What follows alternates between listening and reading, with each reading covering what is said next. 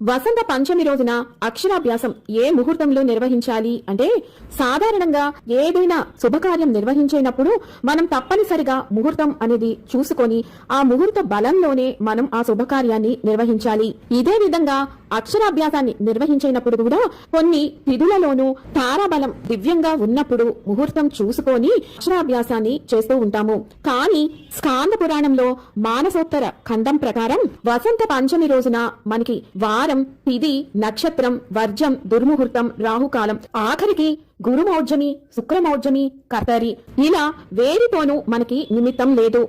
వసంత పంచమి రోజున మనం పంచమి తిథి ఉన్నంత కాలము కూడా మనం అక్షరాభ్యాసాన్ని నిర్వహించుకోవచ్చు. ముఖ్యంగా ఈ వసంత పంచమి రోజున బాసర లాంటి పుణ్యక్షేత్రంలో గాని, ఆలయంలో గాని సరస్వతీదేవి జన్మదినం అయినటువంటి ఈ వసంత పంచమి రోజున అక్షరాభ్యాసం నిర్వహిస్తే పిల్లలకు అఖండ విద్యాప్రాప్తి